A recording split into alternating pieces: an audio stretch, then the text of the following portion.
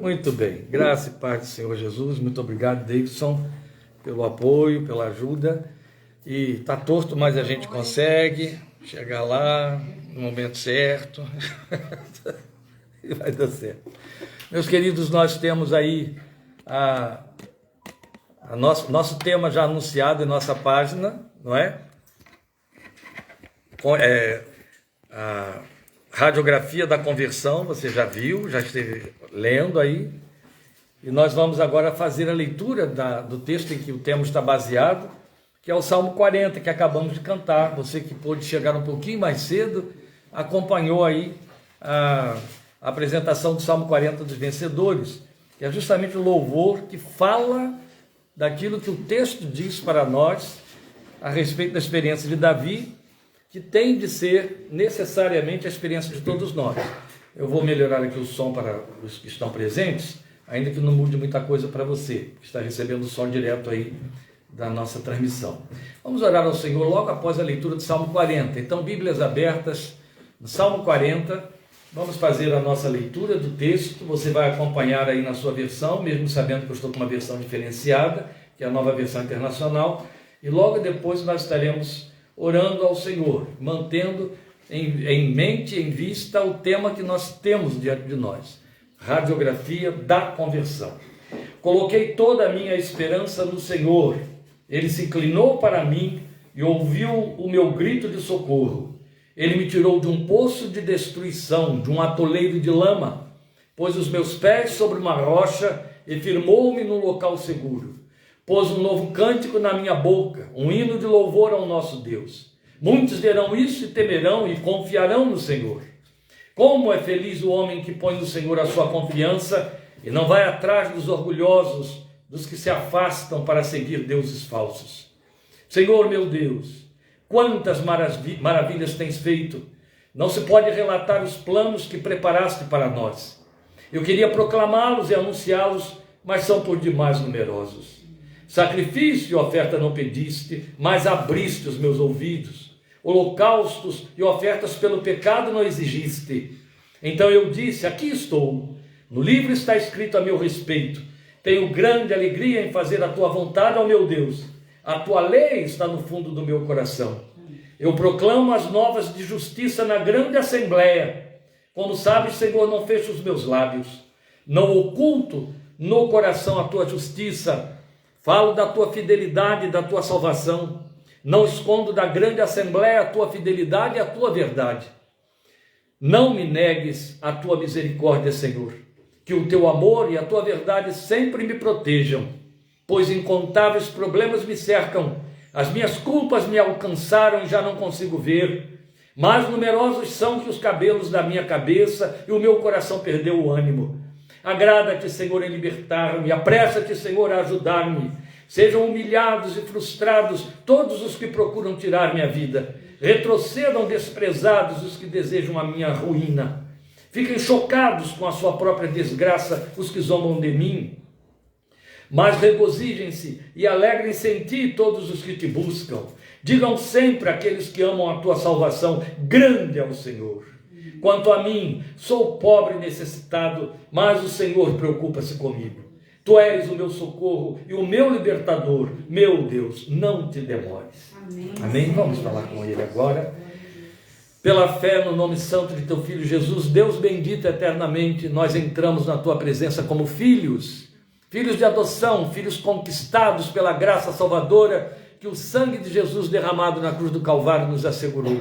Glória ao teu nome, pela gloriosa salvação que foi operada em nossas almas, pelo apagar dos nossos pecados pelo sangue derramado na cruz, pelo registro do nosso nome no livro da vida, justificados pela fé em Cristo Jesus e tendo paz com Deus por meio dessa fé.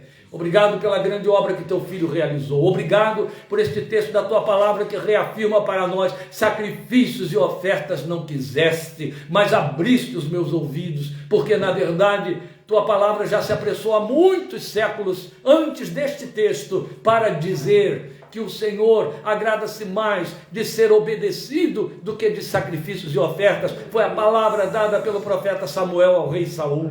E é verdade, tu te agradas daqueles que ouvem a tua voz e a obedecem mais do que a entrega de sacrifícios e de penitências que não podem salvar ninguém, nem mudar 1 milímetro que seja na estrutura da sua vida de pecado e nem em direção à santidade. Por isso te louvamos, porque teu Filho ofereceu em nosso lugar a oferta plenamente satisfatória, o sacrifício plenamente aplacador, que satisfez a tua justiça e que deixou o teu coração livre para derramar sobre as nossas vidas o amor com que eternamente nos tens amado. Glória ao teu nome por tua fidelidade. Pedimos, fala conosco nesta palavra, grava em nossos corações, ensina-nos, queremos aprender. E rogamos que teu Espírito se apresse em ensinar-nos, na medida em que formos meditando neste texto, de acordo com a direção que o teu Espírito traz para nós nesta oportunidade. Nós te rogamos, esperando na tua misericórdia, no nome bendito de Cristo Jesus, Senhor. Amém. Amém. Bíblias mantidas abertas no Salmo 40, meus queridos.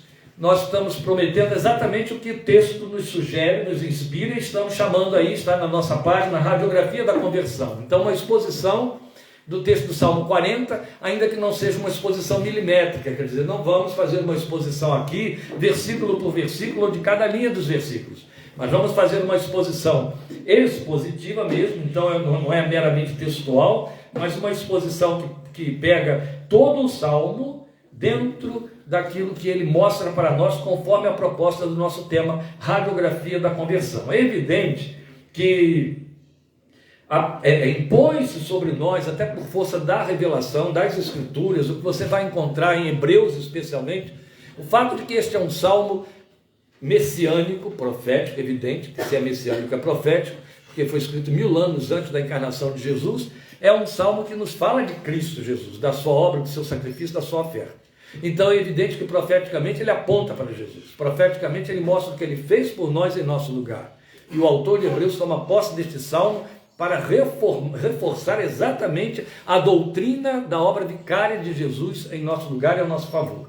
Isso torna mais extraordinária ainda a produção de Davi, o trabalho de Davi, a inspiração do Espírito de Deus. Davi não é autor de um único salmo messiânico, mas de vários, o Salmo 22 especialmente, que faz uma narrativa clara da crucificação de Jesus num tempo em que nem se sabia o que isso significava, e Davi descreve uma morte na cruz, falando a partir dos seus próprios sentimentos. Evidente, e isso é uma grande lição para nós, temos que aprender isso sempre, evidente que Deus se serve do sentimento, da experiência, do momento que está sendo vivenciado pelo profeta e pelos seus servos, para proclamar grandes verdades e ensinar-nos grandes verdades. Nós precisamos ter a mente atilada para perceber que as coisas que nos ocorrem, aquilo que funciona na nossa vida, tem sempre um intercurso inescondível de Deus, e em cada um deles há uma lição a ser aprendida que a gente precisa descobrir. O autor de Provérbios diz que a glória do rei é esconder os seus tesouros, e a glória dos homens é encontrá-los.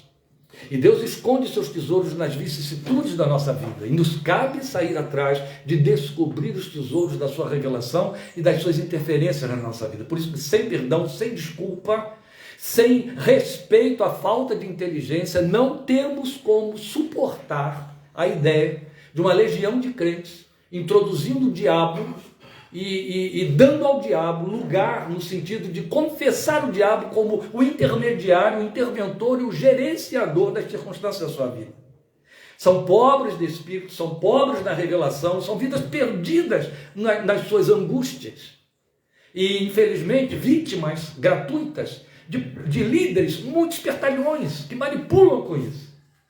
E, na verdade, isso não traduz mais do que um engano. De forma que, se as coisas não me satisfazem, me frustram, me abatem, me entristecem, vão contra as minhas expectativas, ou aquilo que eu entendo que da parte de Deus só vem como benefício, resposta, gratificação para mim, eu atribuo ao diabo. Isso é blasfêmia. Não há programa do diabo na vida do crente.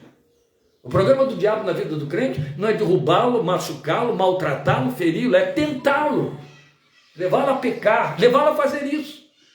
a confundir a obra do Espírito com Satanás. Lembra que Jesus disse isso? E chamou isso de pecar contra o Espírito Santo. Vocês observem, no Salmo 40, Davi está falando de algo que nós hoje entendemos à luz do Novo Testamento como sendo a obra que Cristo realizou em nosso lugar, a nosso favor, diante de Deus e como Deus a recebeu. Mas quando Davi escreveu, ele entendeu que falava de si, falava da sua própria experiência. É Davi quem está aqui. E é com este ângulo, neste aspecto, que vamos nos servir do Salmo 40. Então, neste momento, não estaremos vendo aqui a obra de Jesus, mas estaremos vendo o que aconteceu, a obra que Deus fez na vida de Davi. Porque aqui temos o retrato legítimo de uma conversão. E esse é o ponto que introduz as nossas observações desta tarde. Esses sinais claros, daí eu estou chamando de radiografia, essas imagens internas da conversão, são os únicos testificadores de que alguém se converteu. Em outras palavras, para falar num bom português, classicamente do evangelho e não evangélico, porque não podemos mais falar a língua evangélica, já que ela virou um dialeto que não expressa mais a verdade, ela está eivada de superstição e de engano. Mas a língua, o idioma do Evangelho diz para nós, à luz deste salmo, e é com esse propósito que estamos vendo ele aqui, que os sinais de uma conversão têm de ser estes. Quando isso não acontece, o melhor que pode acontecer com essa pessoa evangélica é que ela se tornou amiga do Evangelho, religiosamente simpática à fé protestante, mas não passou por uma experiência de conversão. Por isso que as pessoas se enganam, mesmo porque há dezenas e dezenas, se não centenas de anos, repetimos um erro pelo qual pastores vão responder diante de Deus. Isso é garantido. É Hebreus que diz isso. De validarmos, de declararmos salvo no céu, convertido e crente alguém porque se tornou adepto da nossa igreja, porque passou a assistir os cultos e a usar a Bíblia, entende? E pediu batismo. E por sinal, outro ponto, batismo que se dá sem a averiguação desses sinais. Estamos falando de coisas graves e sérias. Quando o Evangelho começou a correr no mundo, depois que Jesus subiu, depois que os discípulos começaram a cumprir a grande comissão, e aí os povos foram se convertendo, e os discípulos, os apóstolos, os primeiros fundadores da igreja morreram, os seus imediatos discípulos, os seus seguidores imediatos, eles quiseram salvaguardar a fé evangélica de erros dessa ordem que hoje são populares e comuns e repetitivos entre nós. Antes de Jesus vir ao mundo, havia uma comunidade judaica lá nas colinas de Qumran, perto do Mar Morto, chamada Essênios. Acredita-se que João Batista veio de lá. E os essênios, eles se entendiam uma comunidade que prenunciava a vinda do Senhor. Eram uma seita do judaísmo muito santa e severa. Ela não tinha o farisaísmo, a hipocrisia dos fariseus, que se entendiam os religiosos aprovados dentro do judaísmo. Eles se entendiam os donos da verdade, da fé, da lei de Moisés. Os essênios saíram do meio deles e entenderam, não dá para conviver com essa gente e no meio de Jerusalém, podre como ela está, especialmente agora aí com a invasão do exército romano, do Império Romano. Vamos nos reunir à parte. Então, eles foram, vamos dizer assim, o primeiro movimento monástico de que se ouviu falar na história. Depois, a igreja veio criar os movimentos monásticos através dos eremitas, daqueles santos que se retiravam e tal. Mas 200 anos antes de Cristo, os essênios se separaram, saíram mesmo daquelas regiões de lá, perto do Jordão, foram para o deserto, criaram ali uma comunidade que observava criteriosamente a lei e a santificação pessoal. E eles tinham um critério, e foi esse critério deles que a igreja primitiva adotou, os discípulos dos apóstolos adotaram. Não declarar e nem aceitar ninguém, um deles, antes que passasse por um período preparatório, comprobatório de testemunho de minimamente 3 anos. Depois de 3 anos de iniciado na confissão, nos rituais, na liturgia dos essênios, aí eles então aprovavam aquela pessoa, batizavam aquela pessoa. Foi de onde João Batista trouxe a fórmula do batismo que Jesus também adotou. Percebem a origem de tudo? Por isso é que acredita-se que João Batista trouxe de lá, porque quem batizava adeptos eram os essênios, os judeus não. E aí eles então batizavam a pessoa e ela passava a integrar a comunidade. Ia viver isolada, eles produziam seu próprio alimento, seus próprios trabalhos, sua própria produção literária. Muito do que você tem hoje, agora aí na mão, de versão bíblica, novas, atualizadas, como essa que eu uso aqui, é graças ao trabalho dos essênios. Porque muita coisa foi descoberta do que eles guardaram naquele material, que então fez reformulação, levou os tradutores a reformularem as traduções que eles tinham dos textos de cópia do texto hebraico, do texto grego, porque o que tínhamos era o que era mais recente. Os essênios nos deram coisas com uma antiguidade de 12.000 anos. E o texto, a regra que prevalece é quanto mais antigo o texto, mais legítimo ele é. Então muitas versões foram modificadas em função do que os essênios, do tesouro que preservaram para nós. Pois bem, a igreja primitiva então teve um cuidado, os seguidores dos primeiros apóstolos, de não batizar ninguém antes de uma caminhada mínima de 2 anos de discipulado. Eles criaram o que se chamou, em muitas igrejas, nós mais veteranos aqui ainda sabemos disso, de classe de catecúmenos. Conheceu isso, Vera?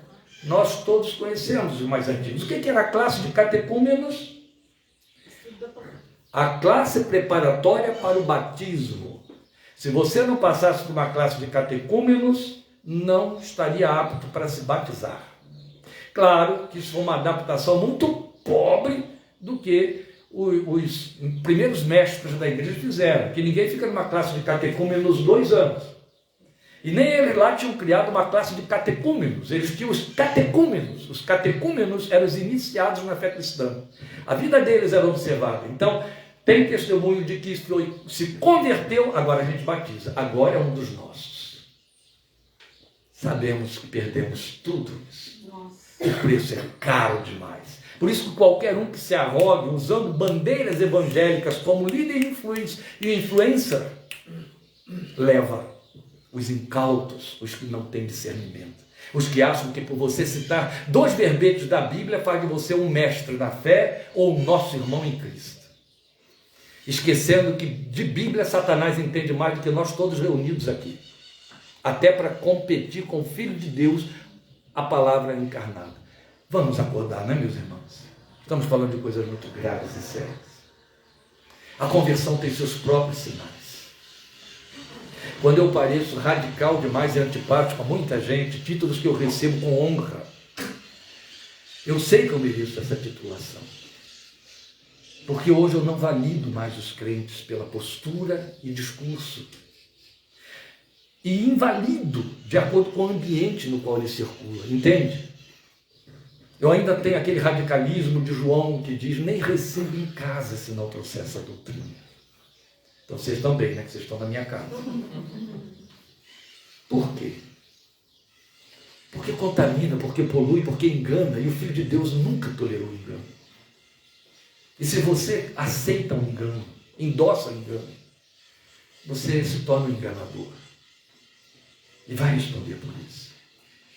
A conversão tem suas características inescondíveis. Vamos vê-las agora. Precisamos vê-las. E eu quero fazer uma radiografia da conversão em cima da experiência de Davi. Veja, nós sabemos, por observação e informação da palavra de Deus, de que há níveis diferenciados de espiritualidade na própria igreja, já na igreja primitiva. A Bíblia é muito clara, especialmente Paulo e o autor de Hebreus nos ensinam isso, que há crentes carnais e crentes espirituais. Ele chama de carnais os crentes que são como crianças na fé, os que não crescem, os que não querem se aprofundar. O autor de Hebreus os exorta dizendo, eu quero falar a vocês como adultos, maduros, e não posso. Porque a essa altura vocês já deveriam ser mestres, mas ainda são crianças, carnais. É a mesma linguagem de Paulo. Paulo diz que os crentes de Corinto, por conta daquelas divisões internas, por estarem discutindo formas, eram carnais, eram crianças, não tinham crescido. Ao longo dos anos, a gente encontra as igrejas divididas em formas. Então eu não te aceito se o seu batismo não for por imersão, eu só te aceito se o seu batismo for por aspersão. São formas. E discute-se formas como se fossem verdades fechadas da fé evangélica.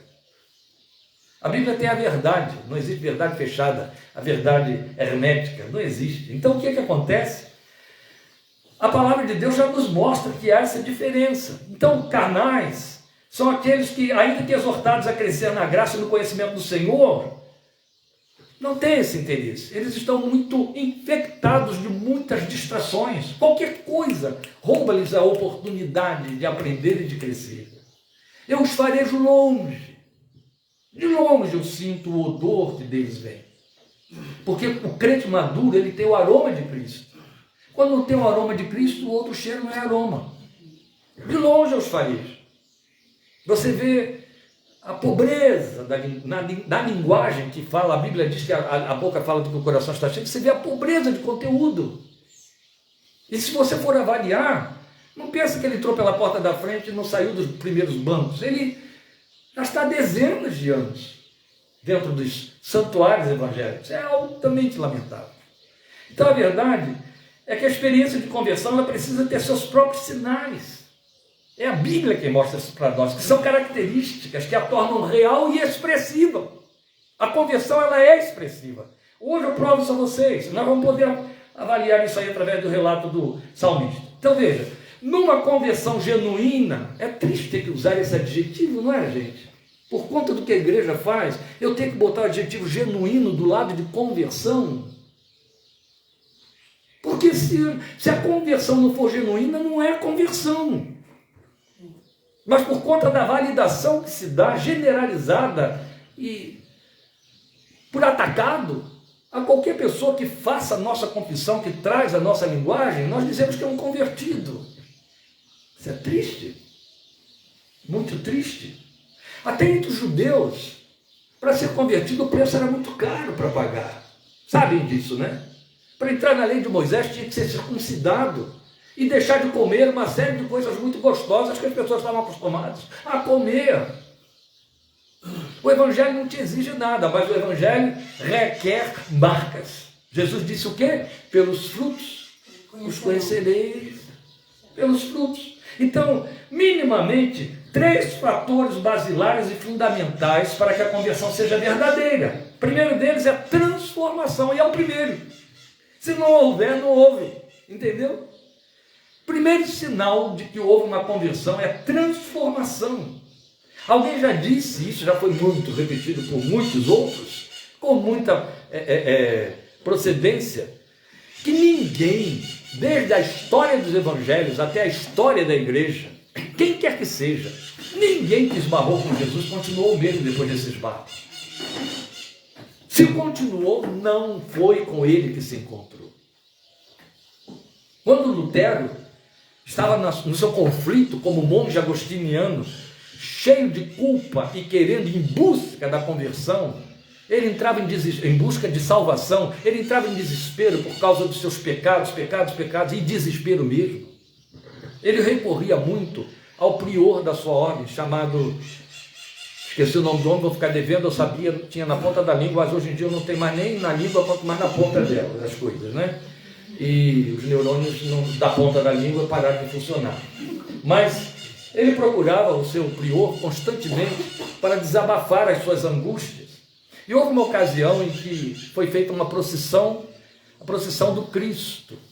E levaram na procissão o Cristo no andor daquele convento onde eles estavam, daquele monastério, na verdade, onde eles estavam, para o centro da cidade, ou para a igreja lá da cidade de Eisenach. E eles então foram seguindo na procissão, e à medida em que Lutero adiantava o passo e a procissão que carregava o Cristo no andor atrasava, ele ia se aproximando mais do Cristo. Naquele dia especial, ele estava tomado de angústia e de culpa. E à medida que ele ia se aproximando do Cristo que estava no andor, ele ia ficando mais desesperado e tentava atrasar o passo, porque ele estava tremendamente com medo de chegar junto da imagem. e ser fulminado. Porque ali estava o Cristo, o Santo de Deus, e ele, cheio de pecado, ia chegar perto dele. E não aguentou. E por não aguentar, correu de volta para o convento. E procurou o seu prior de novo, no mesmo desespero de sempre. E o prior já estava por aqui. É verdade isso aqui, é uma história real. Ele já estava por aqui, ele não aguentava mais. Porque por mais que ele ministrasse, falasse, etc., nada mudava dentro de Lutero. E aí ele perguntou a Lutero: meu filho, o que foi desta vez? Você abandonou a procissão? Aí ele contou exatamente o que eu disse a vocês. Ele disse: não, você está enganado, você não chegou perto de Cristo. Você chegou perto de qualquer coisa que nem de leve o representa. Porque se você tivesse chegado perto dele, você não teria voltado aqui e desse jeito. Você estaria se regozijando e em paz e glorificando o nome dele pelo seu perdão e a redenção dos seus pecados. Então você chegou perto de qualquer coisa, menos de Cristo. O homem era muito sábio, esse prior, e com quem Lutero aprendeu tudo que a gente usufruiu depois, né? Então vamos prestar atenção, porque por detrás do grande reformador havia outros grandes nomes, grandes homens. E esta é uma verdade. A primeira prova de que houve conversão é que a vida foi transformada. Meus irmãos, eu tenho que ir para o texto, que eu li o texto prova isso, eu tenho de confirmar o meu argumento em cima do texto. Mas como eu estou falando com crentes inteligentes, eu nem precisava avançar muito, bastava parar nesse ponto aqui, só no substantivo. Primeiro sinal é transformação de tudo. Porque quando as pessoas falam assim, transformação da vida, elas pensam, né? Ah, meu coração agora está em paz, agora eu não tenho mais preocupação quanto ao que fazer, o que vou ter, o que não vou ter, quanto ao futuro. Não, é transformação da vida. O Evangelho, quando entra em você, ele muda você, e porque muda você, ele muda o ambiente. Aqui tem três psicólogos que sempre se comprometeram a ouvir as pessoas e a oferecer o que a psicologia pretende que se ofereça. A transformação da pessoa através de uma nova visão que ela vai ter. Ora, nós sabemos muito bem por regras de técnica ateísta.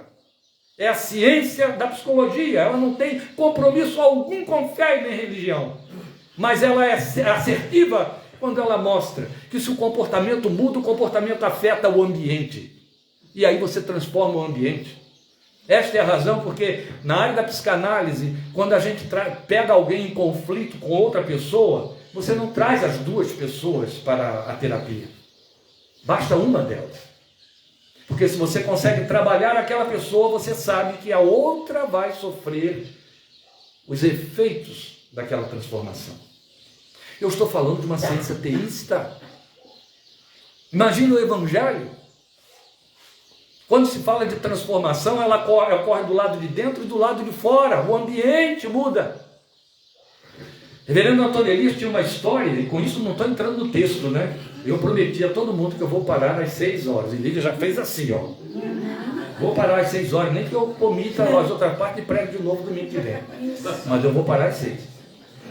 Veja bem, Reverendo Antônio Elias, ele contava uma história que achei muito interessante, especialmente da maneira como ele contava, né? Mas vocês devem lembrar, eu conto isso para vocês muitas vezes, nos anos 70 nós estávamos vivendo um momento de avivamento nas igrejas do Brasil, especialmente ali em Niterói. Ali foi o epicentro do avivamento. E a igreja dele sempre foi lá em Niterói, em Caraí, igreja Betânia. E ele tinha uma senhora que era membro da igreja e que constantemente, a semelhança de Lutero com o prior do seu convento, estava perturbando sempre o juízo deles, queixando-se de seu marido e seus 2 filhos. Era contínua a queixa dela. Porque eles não são crentes, pastor, e porque eles não são crentes, eles não me ajudam em nada, eles não fazem nada, minha casa não tem paz. É berro todo dia, é desespero, é angústia, tristeza, me fazem chorar, todo dia me atrapalham, todo dia me impedem, todo dia não me ajudam, todo dia não há sossego dentro de casa, eu tenho desgosto de estar na minha casa, é uma tristeza, eu não aguento mais aquele marido, aqueles 2 filhos, isso ele ouvia sempre. Mas aí estava havendo avivamento lá na cidade, e um avivalista foi pregar numa determinada igreja lá no ambiente. Ele sabia, todo mundo sabia, muita gente da igreja dele foi assistir esse culto, inclusive essa senhora. Ela foi e desapareceu por 15 dias, depois de ter participado do culto. 15 dias depois ela voltou. Pastor, o senhor sabe que eu fui participar do culto do missionário fulano, na igreja tal. Ah, eu soube, irmão, muitas pessoas aqui foram, então eu também fui. E pastor começou a chorar. Foi uma bênção extraordinária, pastor. Aquele irmão orou por mim. A minha vida se transformou dentro de casa. Minha casa não é mais a mesma, pastor. Meu marido está doce. Meus filhos estão mansos, agradáveis. Está dando prazer de estar dentro da minha casa agora. A alegria, a leveza, todo mundo se respeita. Que bênção extraordinária, que poder de Deus aquele homem tem. E como abençoou minha casa com aquela oração. Dona Elias, um homem sábio, né? Olhou para ela assim: irmã, eu estou confuso. Quer dizer que seu marido e seus filhos foram lá e aceitaram Jesus nesse encontro? Não, pastor, eles jamais aceitariam entrar numa igreja. Claro que eles não foram, eu fui sozinha. A irmã foi lá, participou do culto, ouviu a palavra, aceitou a oração, e a bênção entrou na sua casa e transformou seu marido e seus filhos, que lá não foram. Foi, pastor, muito bonito, né? Deus é muito bom, Ele é bom demais, irmão. Estou muito feliz de ver como Ele transformou sua vida. E agora seu marido e seus filhos têm a mãe e a esposa que precisavam no Evangelho ao longo de anos. E ele pensou e falou para nós, nos bastidores ele pensou: e eu agora tenho a ovelha que vai me deixar em paz, né? Daqui para frente.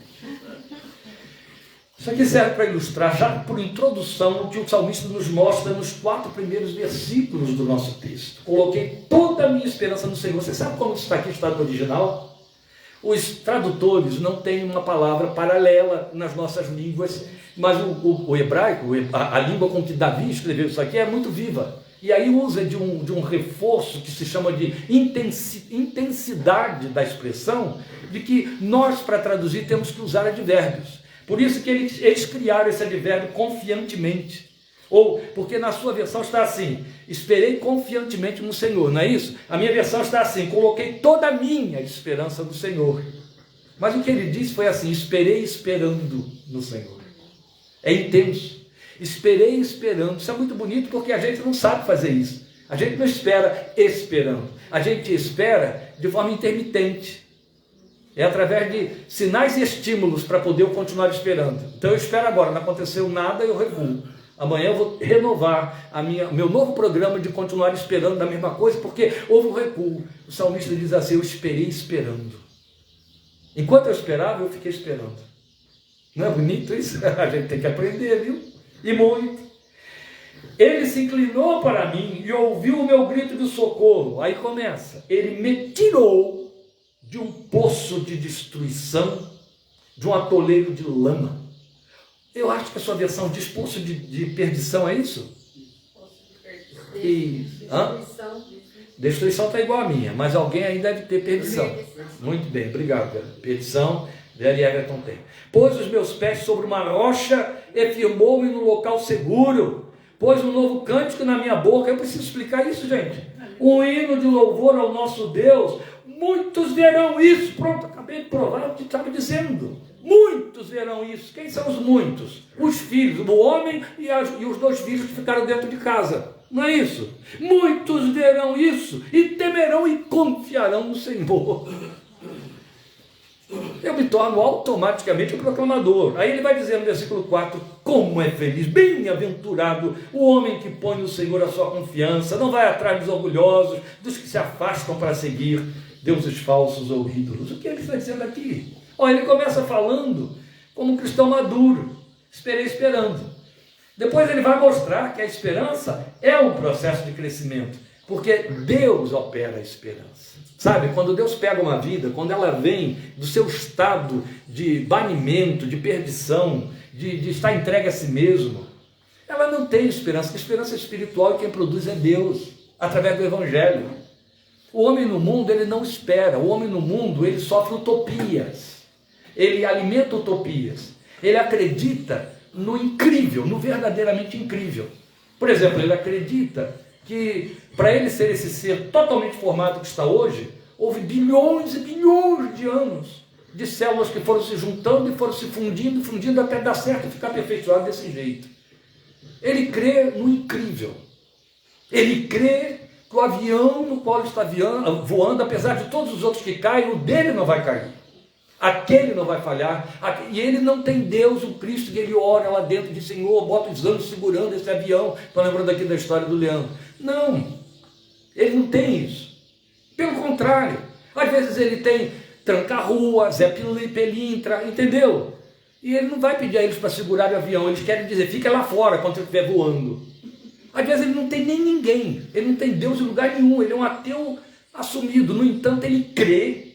Por isso que ele está dentro daquele avião. O avião vai levantar voo aqui, vai voar, vai pousar lá e ele vai descer e vai ser feliz e realizado. Ele não espera nada. Ele não tem esperança de nada. O filho dele nasce, ele espera que vai crescer. Ele não espera. Esperar é um verbo que nós obrigatoriamente tivemos que usar para falar das demandas da vida. Mas de esperança, só o cristão entende. Por isso que a Bíblia diz, somos prisioneiros da esperança. Quem gera a esperança dentro de nós é Deus. Agora a esperança tem um foco. Você não espera algo, você espera alguém. Esse é o ponto. Entende? Quando você espera algo, você é igual a todos os outros.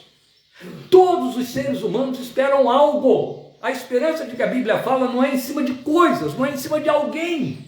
É esperando, não é em cima de algo, é em cima de alguém. E se eu espero em alguém, você sabe quem? Todas as coisas são consequências imediatas, porque estão no pacote da fidelidade dele. Quem põe a esperança no coração do crente é o Senhor. Então, a transformação começa aí. Antes eu não sabia em quem esperava, agora eu sei em quem eu espero. Eu tenho esperança. Algo aconteceu, não foi ele que produziu isso. Porém, quem fez? O Deus que ouviu o seu clamor por socorro fez isso. Só Ele, porque só Ele é poderoso e capaz para fazer essa mudança radical. E qual é a mudança? Ela é radical. O que o texto diz? Ele colocou os meus pés sobre a rocha. Ele me botou num lugar seguro, que não tem nada a ver com o lugar onde eu estava. Qual era o lugar em que estava? Num atoleiro de lama. Não há esse registro na história de Davi. Nem Jesus, na sua missão de ser o Cordeiro de Deus para nos resgatar, passou por alguma experiência de atoleiro de lama. O único que passou por uma experiência de atoleiro de lama, onde foi colocado, foi Jeremias, o profeta. E de lá foi tirado por homens. Mas aqui ele está usando uma linguagem figurada que nos pertence, então. Porque atoleiro de lama fala de terreno movediço, instável, que não só é instável, quanto é vergonhoso. É insegurança o tempo todo. Se não há esperança, há insegurança.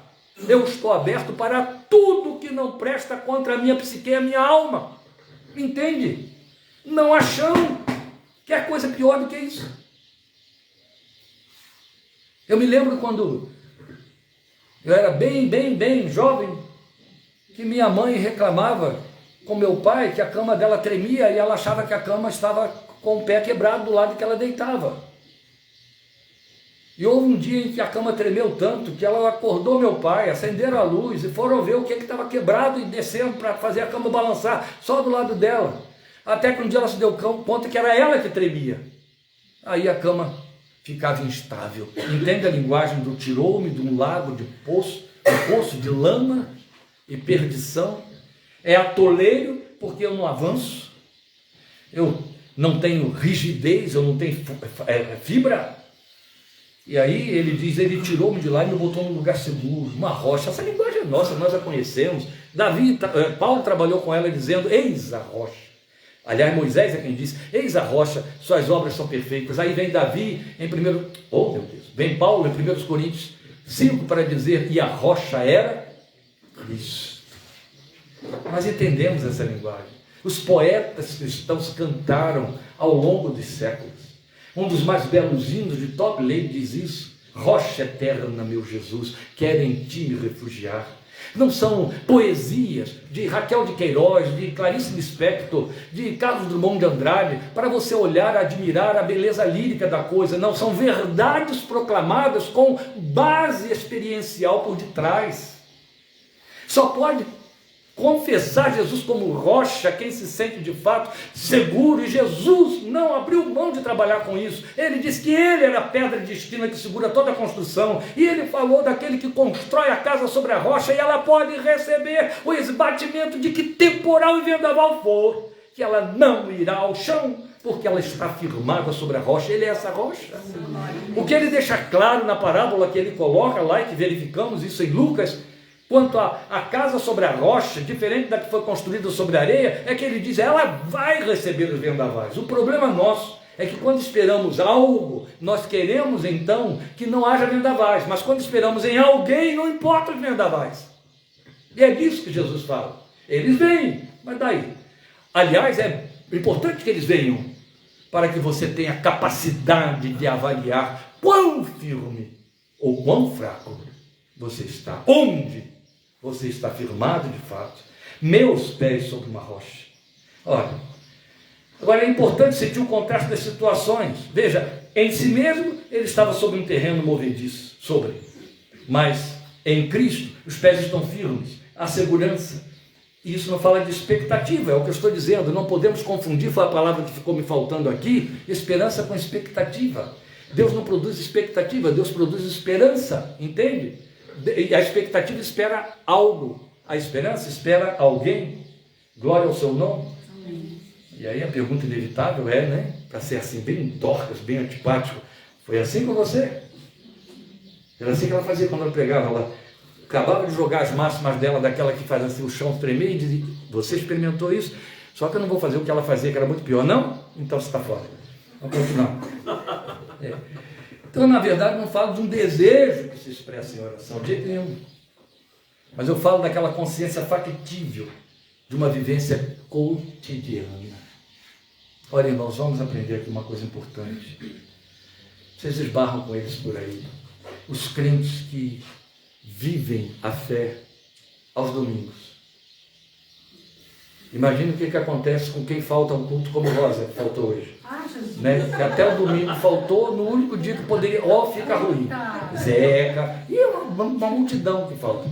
Então preste atenção, só vive a fé ao domingo. Eu já disse, o crente quando comete uma falha comigo, ele vive ilustração de sermão, ao vivo e público assim. Então, preste atenção. Vive a fé do domingo, não Rosa, mas esses crentes que eu estou falando aí, eles vivem a fé do domingo. E ela dura até a noite do domingo, segunda-feira já acabou também, ainda tem isso. Não, estamos falando de uma experiência cotidiana, quer você esteja no culto ou não esteja no culto. Já pensou se eu dependesse de ser cristão só nos dias de reunião com os outros crentes? O bicho ia pegar. E pega, né? É que ninguém vê. Então, na verdade, é uma vivência cotidiana. Só que aí ele vai falar aqui de um ponto que é o meu ponto de briga. Né? Eu vou morrer, gente, vocês vão ficar em paz. Mas enquanto eu estiver vivo, eu vou atormentar muita gente, representando toda a minha geração de crentes, de pastores, toda a minha geração de pastores, que não negocia esse negócio. É quando ele chega aqui e diz, pôs um novo cântico na minha boca, um hino de louvor ao nosso Deus. É muito fácil um novo cântico na boca com, né, o traseirinho sentado no banco do culto, na hora de culto. Um hino de louvor ao nosso Deus. Quem é que na hora de fazer o louvor ao nosso Deus vai cantar Imagine? Né? Só o Caio Fábio, numa reunião que ele fez lá em Brasília há muitos anos, começando o trabalho dele lá do Caminho, celebrou uma ceia cantando Imagine, de John Lennon. Mas geralmente os crentes cantam os hinos aí escritos, né, por Guilherme Kerr, por todos os outros servos de Deus. Mas ainda assim, é isso que é o novo cântico, é cantar um hino de louvor ao Senhor no culto, quando está na igreja. Cantar debaixo do chuveiro, porque ele está falando de cântico, será? Será que é isso? Alguém sabe me dizer qual foi o cântico que Jesus entoou na cruz, pendurado? Está consumado? Essa foi a última palavra do cântico. Eles não sabem o que faz. Não. Pega as tuas mãos. Porque me desamparaste. Isso, muito bem. É um salmo. Jesus, a primeira palavra que Jesus disse na cruz foi um cântico. Deus meu, por que me desamparaste? Você sabia que Israel cantava isso? Salmo 22, era um cântico. Era um cântico. Nós que somos viciados, graças a Deus, em cantar, a gente às vezes não faz isso. Eu me lembro de Cida, insistentemente pedir para mim, às vezes eu tinha que fazer ouvido de surdo, porque senão o povo não ia aguentar, mas insistentemente ela dizia, pastor, aquele cântico lá de Paulo César Brito, eu já decidi, Eu já decidi. Depois Tilda pegou uma cisma, e coitadinha, aquela cisma tinha tudo a ver com ela. Um outro cântico também ele entoa, ele ainda está por aí, que a gente cantava muito. Se dores eu tiver que passar. Eu era viciada nesse cântico, e estava sempre me pedindo, ô pastor, vamos cantar hoje esse cântico. Lembra do cântico? Não era Se Paz é Mais Doce. Dores e mágoas caminham comigo. Entende? São cânticos que falam de sofrimento. Isso é no Salmo 22. A primeira palavra do Filho de Deus na cruz, ainda com um pouco de fôlego, foi: Deus meu, por que me desamparaste? Estou inventando a música aqui. Era um cântico. Lama, lama. Elohi, Elohi, lama sabachthani. O grito que ele deu na cruz. Um novo cântico. Quem é que pendurado na cruz diz outra coisa? Por isso que eu gosto muito do filme Ressurreição, porque o produtor teve o cuidado de fazer o contraste entre os dois crucificados e Jesus, e esse contraste é visto na voz dos soldados que os crucificaram. Então um estava entrando em pânico e dizendo: eu não aguento esses gritos, eu não aguento esses gritos. Quando que eles vão parar de gritar? Aí quando o centurião manda que quebrem as pernas deles por causa da Páscoa, exigência dos saduceus, ele sente um alívio, porque eles iam parar de gritar. Mas o do meio da cruz, o do meio do monte, na cruz do meio, a Bíblia diz que em lugar de gritar, ele cantou.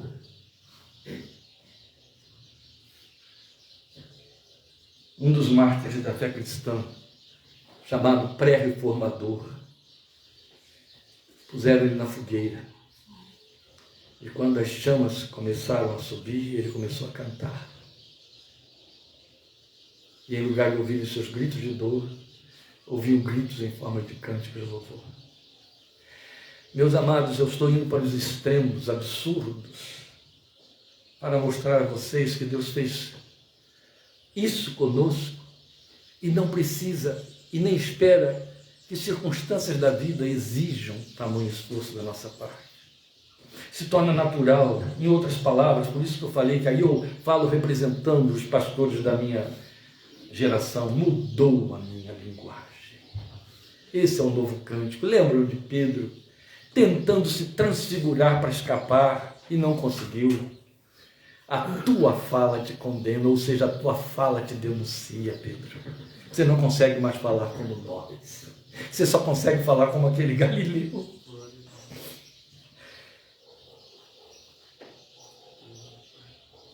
Quando me ordenaram pastor, os dois rapazes que me evangelizaram, o Fernando, que está aqui na nossa frente, na telinha, e o Hugo, eles, anos depois, eu já estava ordenado pastor, não estávamos mais congregando no mesmo lugar, cada um seguindo o seu caminho. O Hugo morando numa cidade muito mais distante da nossa, eu assumindo uma igreja, o Fernando estava em outra.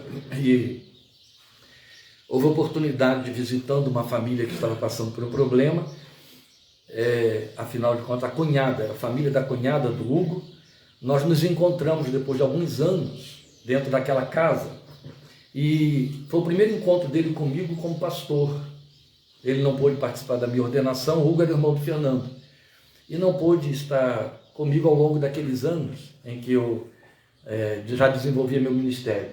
Eu já estava no meu segundo ministério, e eu lembro que então estávamos todos numa sala e tal, daquela casa, fazendo uma visita, e agora chegou a hora de orar para legitimar a razão da visita, estávamos todos ali e poder ir embora.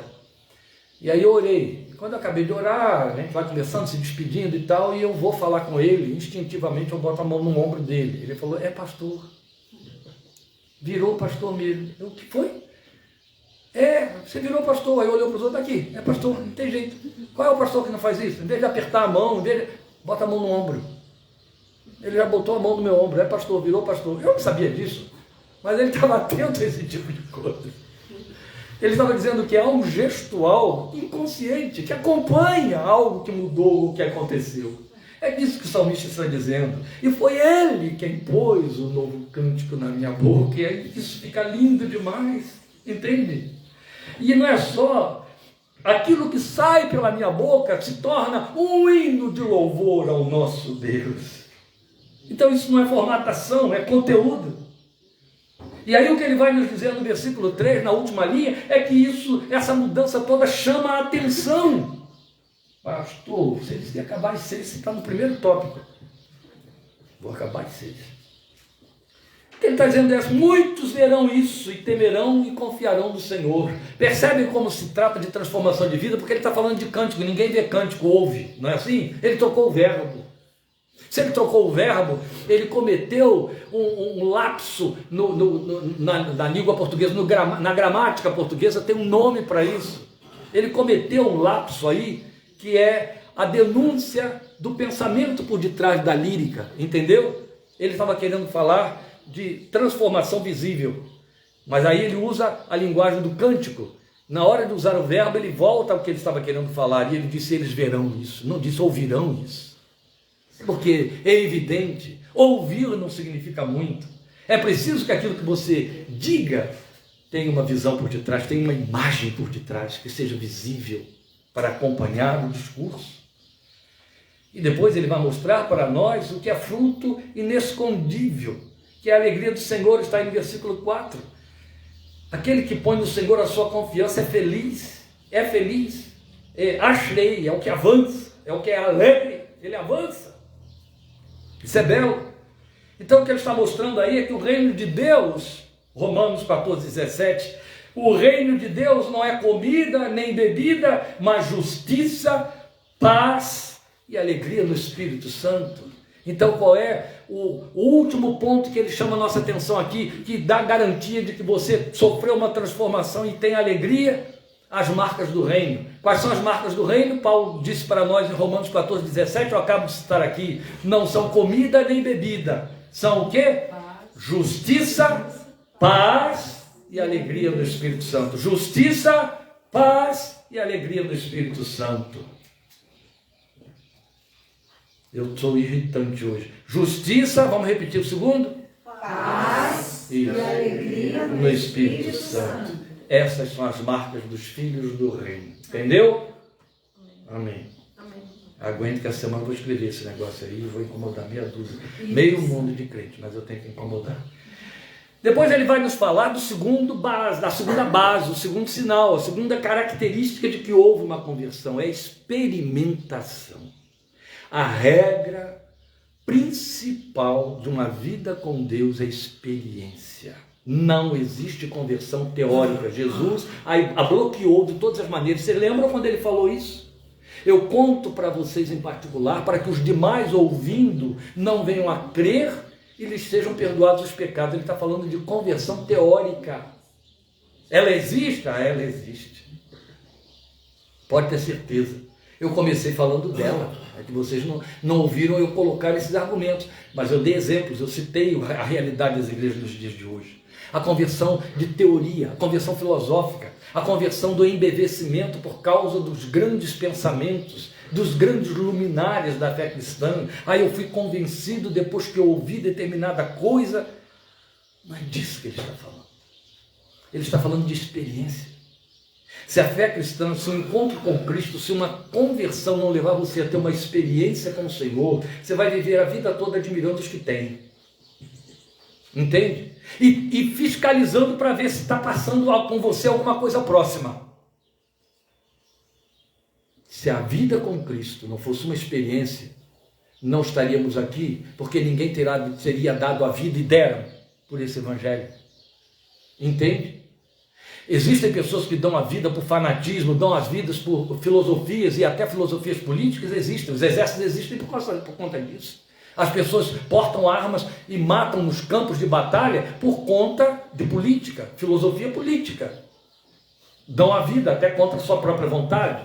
Matam outro até contra a sua própria vontade. Mas pode ter certeza, muita fúria entra ali para que haja a morte do semelhante. Mas foi experiência. Foi uma vivência que não podia ser abalada por argumentos. E ouça, tudo que se tentou fazer com aquela gente que perdeu a vida pelo evangelho foi contra-argumentar. Foi argumentar contra. A história da igreja registra o argumento da morte de Policarpo. Policarpo morreu em Roma. Policarpo era discípulo de Paulo, de João. Ele foi o continuador do apostolado de João em Éfeso. João foi pastor da igreja de Éfeso antes de ser colocado em Patmos. E Policarpo foi o continuador. Policarpo, aos 86 anos, foi preso em Roma e levado a julgamento e condenado pelos Césares, porque a perseguição estava acirrada demais nos dias de Diocleciano, acirrada demais. Era perseguição mesmo, eles se escondiam dentro das catacumbas para poder cultuar, celebrar a ceia, e ninguém ia lá, porque eles eram supersticiosos, não os perseguiam dentro das catacumbas. Lá eles sepultavam seus mortos também. Elas estão lá até hoje, lá em Roma. E aí o que aconteceu, quando prenderam Policarpo, o grande tormento, o contra-argumento da fé cristã na cabeça do César era: César é Senhor. São palavras muito próximas, pronunciadas no grego. Então, não no latim que eles falavam lá em Roma, mas no grego. Caesar Kyrios. Caesar Kyrios.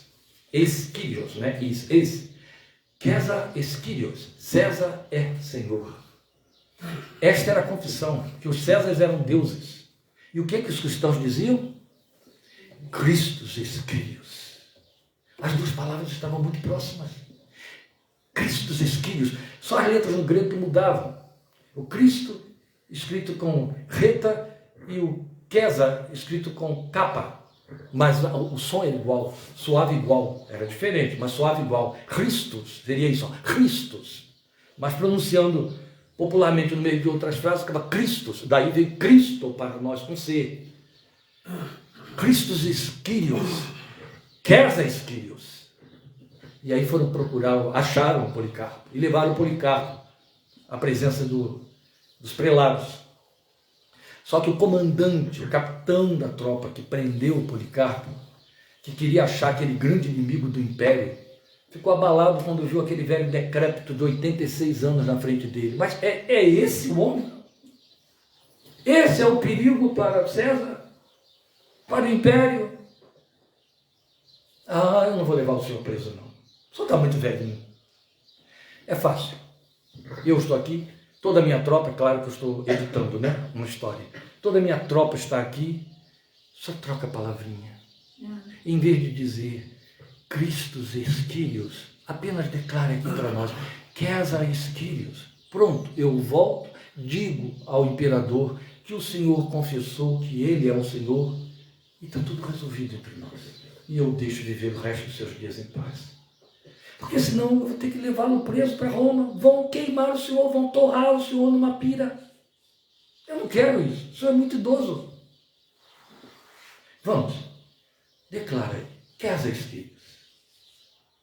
Policarpo olhou para ele e disse: meu amigo,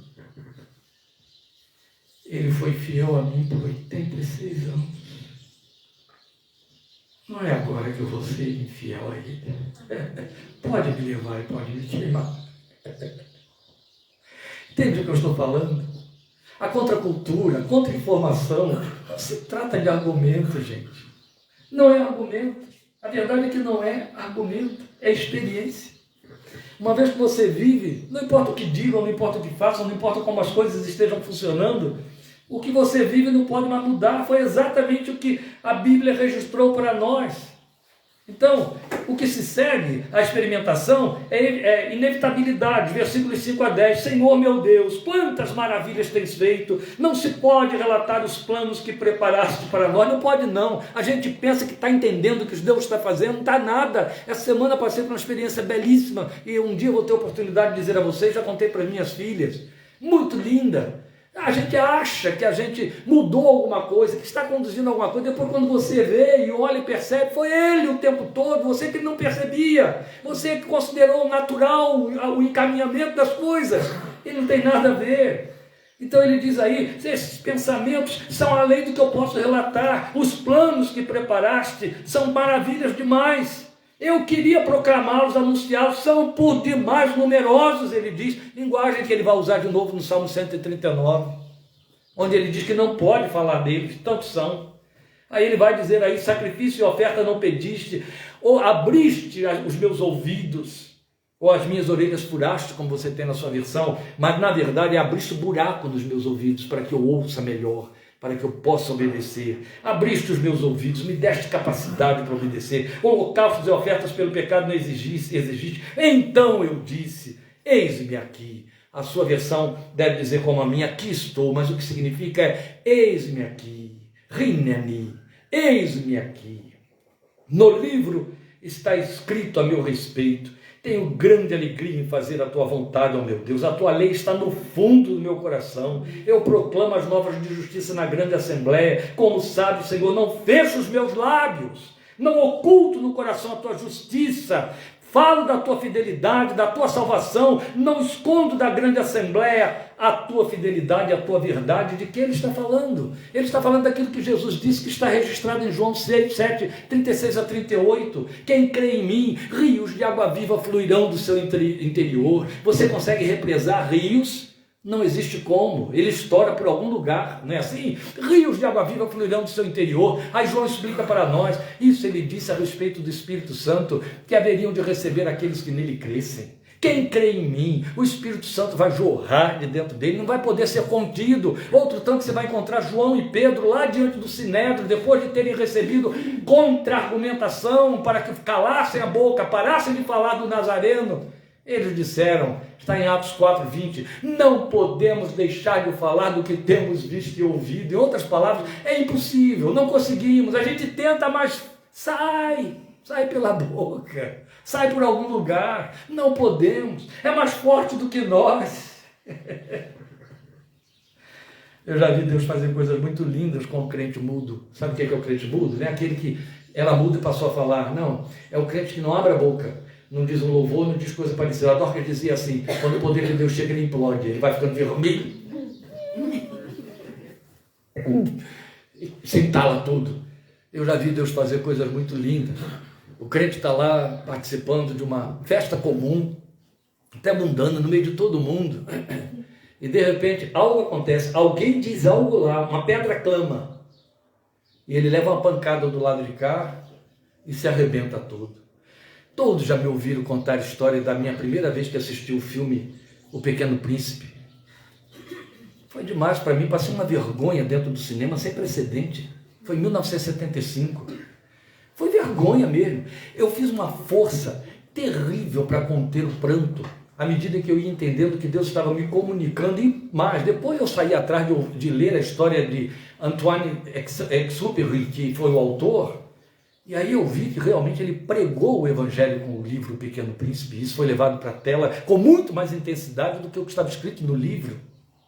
E quando eu entendi, estou lá assistindo como todas aquelas centenas de pessoas que estão lá dentro, vendo uma representação de Hollywood muito bela de um livro clássico. E de repente comecei a entender a mensagem que estava sendo comunicada. E quando começou a cena do menino que representava ele antes de ser picado pela serpente, que aí perdeu a inocência, o menino que estava interagindo com ele, que já era agora o homem adulto sem a inocência do menino, estou estragando para vocês? Não?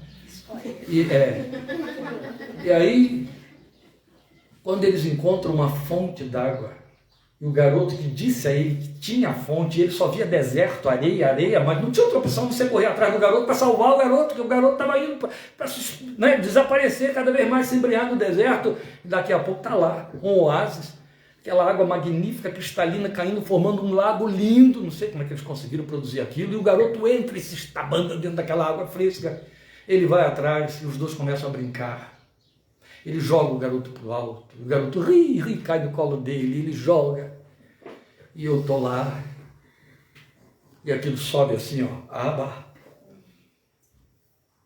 Eu estava cercado de dois colegas, um de cada lado, um no meio, o azarão é que eu sentei no meio, fazendo uma força louca, porque todo mundo estava rindo, achando engraçado, e eu sendo impactado com a mensagem que o Espírito estava me trazendo, eu fui fazendo força para não chorar. Eu me lembro que esses dois músculos aqui dilataram e começaram a doer, tanta força que eu fiz para reprimir o choro.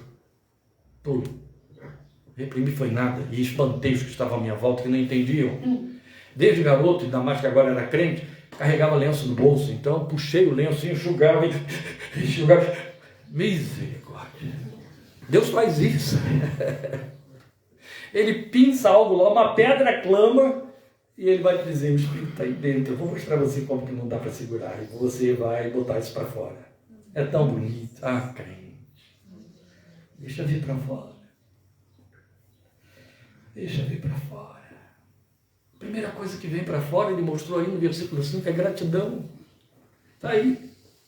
Em tudo dai graças. É tão miserável, é tão vergonhoso, é tão aviltante o crente agradecer só porque recebe bênçãos. E é o que a gente faz. Quando a Bíblia diz em tudo dai graças, sabe, agradecer só porque você foi beneficiado, porque obteve o que desejava, o que esperava, o que precisava, é tão pobre quanto amar só os que te amam, como Jesus disse. Quando ele diz em tudo dai graças, ele está te pedindo a mais solene de todas as confissões. Estourou o dedo do pé, oh Deus, como está doendo, eu vou correr para o hospital, vão ter que mobilizar isso aqui, vão ter que anestesiar, que dói. Glória a Deus, como dói. Coisa de louco, né? Mas somos loucos. Somos loucos. Queria que alguém pudesse ter assistido o que só ele assistiu. Quando eu saí, 11 da noite aqui desta casa, num Uno, disparando pela rua, indo para a Santa Casa de Rio Claro, neste dia de hoje, 7 de agosto de 96, há 26 anos, levando uma calça, uma camisa, para vestir o corpo do meu pai, que tinha acabado de falecer na Santa Casa, mas tinha se convertido na véspera, vocês todos conhecem a história. E quando eu corria e subia aquela serra que está ali, eu gritava dentro do carro dizendo, dói, mas glória, glória ao teu nome, tu tens um servo até o último dos meus dias, porque o Senhor mostrou que não perde ninguém. Eu vou sepultar um pai salvo, glória ao teu nome. As lágrimas desciam. Alguém poderia estar ali filmando, mas o céu gravou.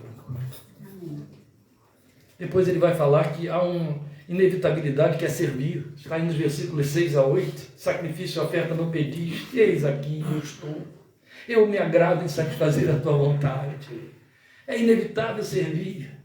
Não existe inércia no crente que passou por uma transformação. Percebe que estamos perseguindo aquilo que dissemos, radiografia de uma conversão. Se houve conversão, essas coisas têm de acontecer ou não houve.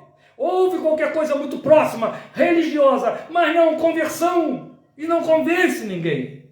Por último, você vai ter, no último da mensagem, ainda tem 2 minutos para o terceiro tópico, é que é testemunho. Ele diz aí no versículos 9 a 10, não escondi a fidelidade, não escondi a verdade, não escondi a justiça, proclamei na grande assembleia, me alegro em poder falar disso tudo, proclamo as novas da tua justiça, não oculto no coração, não sou o crente escondidinho, o crente...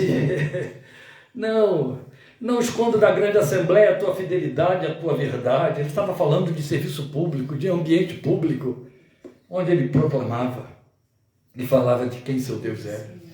Por último, nos versículos 11 a 16, ele vai falar de crescimento. E aí eu encerro. Os versículos 11 a 16 falam que o último sinal que prova que houve uma conversão é que você, no dia seguinte, não é mais o crente da véspera. Entende? Não é mais. Lembra daquele cântico antigo?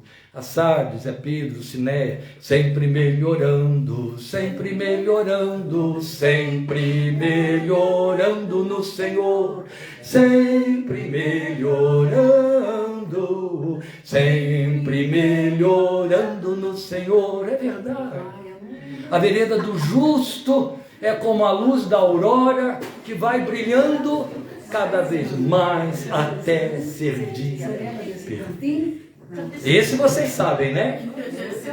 Sabem sim. É. Então observe, crescimento, gente. Não tem essa de crente pigmeu. Por isso que eu comecei tudo dizendo que há uma grande diferença entre crente e crente. Paulo diz isso e o autor de Hebreus também, ao carnal, criança. Ele tinha que ser mestre e continuou criança. Eu não estou falando de conhecer versículos bíblicos. É de conhecer ao Senhor. Prossigamos e E conheçamos e prossigamos em conhecer ao Senhor. Antes cresçam na graça e no conhecimento de nosso Senhor Jesus Cristo. Tem de haver crescimento. Mas pastor, onde é que você está lendo crescimento? E é isso que vai fazer eu ultrapassar 5 minutos das 6 horas. Onde é que você vai ter crescimento? Mas aí está escrevendo 1 a 16, está falando, sabe de quê? Burdoada na cabeça, desespero, o homem está falando de culpa, o homem está pedindo misericórdia, o homem está falando que as suas culpas são mais numerosas do que os cabelos da sua cabeça. Senhor, vem libertar-me. Depois de toda aquela experiência do versículo 3, como é que ele agora está dizendo? Vem me ajudar, arrebenta com a cabeça dos que estão me arrebentando, Deus. Eu estou cheio de culpa, eu estou cheio de aflição. Não me negues a tua misericórdia, Senhor. Que o teu amor e a tua verdade sempre me protejam. É uma linguagem de alguém desesperado, não é? Ele não estava cheio de esperança. É uma linguagem de alguém aflito, não é? Ele estava dizendo que alegria aquele que confia no Senhor. O que mudou? Ele caiu? Ele perdeu a salvação? Ele voltou para o toleiro de lama? Não, ele continuou, ele está crescendo. Ele está crescendo. É isso. Ele está crescendo. É a grande luta do adolescente, lembra? A gente chama na psicologia de luto do corpo infantil. Ele se perde todo. Ninguém o entende, ele não entende ninguém. Ele tem muita raiva dos pais que fizeram ele nascer e não satisfazem, não atendem. Ele tem o ódio do espelho. A Ana Júlia já fez assim. Isso aqui significa que só ainda talvez não tenha começado. Ainda. Né? Tem raiva do espelho, o espelho diz que o nariz dele está cada dia maior, que a mão está maior do que o braço está maior do que a lateral do corpo, e está mesmo. Por que as sobrancelhas ficaram grossas desse jeito? Por que a pele está assim, gente? E agora está cheia de pontinha, mas ficou grossa. E a voz? O homem, oi a voz. De manhã eu falo como pinto, de tarde eu falo como galo. É uma loucura. São as dores do crescimento, não é? Eles se deformam, não é, Davi? Eu estou com duas ilustrações aqui, ao vivo e a cores, diante de mim, gente. As dores do crescimento. As dores do crescimento faz com que você tenha alguns desconfortos. A sua coluna dói, por aí vai, né? E quando você fica velho, você continua crescendo, né, Sara? E aí vem dores, as dores do crescimento. Por exemplo, uma coisa que cresce é a calvície. E são dores, né? São dores. Gente, brincando e tal, mas eu estou comunicando a vocês uma verdade profunda. É evangelho. Vamos ficar atentos. Laboram em erros graves que pretendem que a conversão seja uma experiência de baixar o paraíso na terra. Isso não existe. Deus não prometeu, não pretendeu e não fará. Esse é que é o ponto. Não existe isso. Tem de haver crescimento em direção ao cultivo, à dependência divina. Isso custa um preço caro para Deus e para você. Caro. Você que é pai de criança, sabe de que eu estou falando. Como quanta coisa lhe dói, não é? Nós estamos numa luta tremenda, porque todos os médicos à nossa volta estão dizendo, fure o garoto, tem que tirar sangue dele para poder a gente fazer exame, ver o que tem lá, quem que é. Estamos enrolando o que podemos, qualquer hora não vai poder mais. Júlia, aparece aí, faz uma ajuda. Então, na verdade, são as dores do crescimento. Os problemas vão aparecendo, porque você está crescendo, mas não é só. Os problemas estão aparecendo para que você cresça. Imagine se não viessem os desafios. Imagine se você tivesse a capacidade de impedir que a sua criança pequena titubeasse e caísse, tropeçasse, se desequilibrasse a cada tentativa de dar um passo. Não aprenderia nunca a andar. Graças a Deus, por mais cuidado que você tenha, essa criança vai tomar bons tombos em direção ao seu crescimento. E então contam lutas e provações, é o que você tem aqui.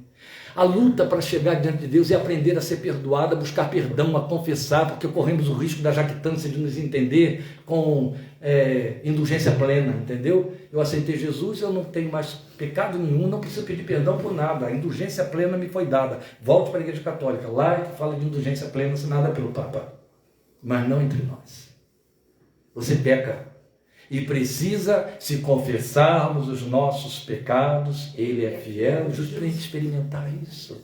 Tem que passar por lá, tem que ter necessidade de chegar diante do trono da graça, pedindo misericórdia para alcançar graça e ser ajudado em momento oportuno.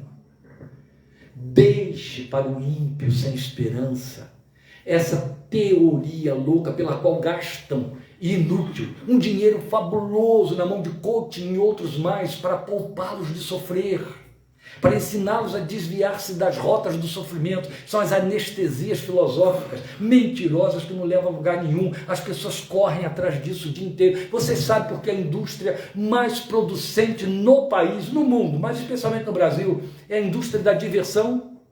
Sabia disso? E eu não me refiro só a partes de diversões, eu estou falando de shows, de comédias. Por que as pessoas correm tanto e pagam caro para se divertir muito? Elas estão em busca de mitigar suas dores, de escondê-las, de atrasá-las, de adiá-las, de não prestar atenção nelas, não enfrentá-las. Aí o diabo botou na cabeça de alguns crentes que se eles se convertem ou estão na igreja, não vão sofrer. Vão poder usar a fé para serem livrados. Deus vai dar escape. Deus não vai deixar nunca que mal algum chegue a eles, porque eles fazem essa leitura conveniente, literal e errada do Salmo 91. Não vai crescer, não há lugar nenhum. A primeira coisa que o Evangelho faz na sua vida é te ensinar a transformar o sofrimento, a botar a mão na massa e mudá-la. Entende? É isso. Sabe aquela ilustração bobinha, mas altamente eficaz, dos dois ratinhos que caíram dentro de um pote de leite? Conhece essa história? Os dois ratinhos caíram dentro do pote de leite e começaram a afogar. Aí um disse, não aguento mais, afundou e morreu afogado. E o outro começou a se debater. A tampa estava lá em cima e ele não conseguia mais se debater. E aí transformou aquele mundo de nata que estava dentro do leite em manteiga, ficou sólido, conseguiu arranjar posição, conseguiu chegar na borda e escapou. O crente é esse segundo ratinho, mas eu estou cansado de ver ratos se atolando e morrendo afogado em leite, sendo crente. Porque ficou mudando de igreja para achar aquela que tem a oração mais forte, que lhe dá livramento, entendeu? Pare de sofrer, show da fé, vem aqui, que aqui você não sofre. Aqui eu tenho a xilocaína para a sua alma, que vai mentir para você dizendo que Deus vai arranjar sempre um atalho para que você não sofra, que sofram os outros, os não crentes, mesmo que sejam seus parentes. Deus é eterno, isso é diabo puro, gente, na boca de pastores e atrás de púlpitos. Não é assim. Nós queremos uma vida de escapes, nós queremos uma fé que nos garanta uma vida de festas e louvores, sem gemidos, sem lágrimas, sem dores. Isso é uma utopia bem falsa, não existe. Toda a palavra de Deus aponta nessa direção. Você tem que jogar fora a carta de Pedro, jogar fora a carta de Tiago, tem que jogar fora o dossiê de Paulo, você tem que jogar fora toda uma estrutura do que Jesus nos ensinou no Sermão do Monte, que falam o tempo todo de palavras antipaticíssimas chamadas provações e perseguições, que estão direcionadas, dirigidas, programadinhas como verdadeiras bombas, croquetes, prontos a explodir dentro da sua casa e na sua cara, porque você é crente. Sabe quem promoveu? O Deus eterno. Foi Ele.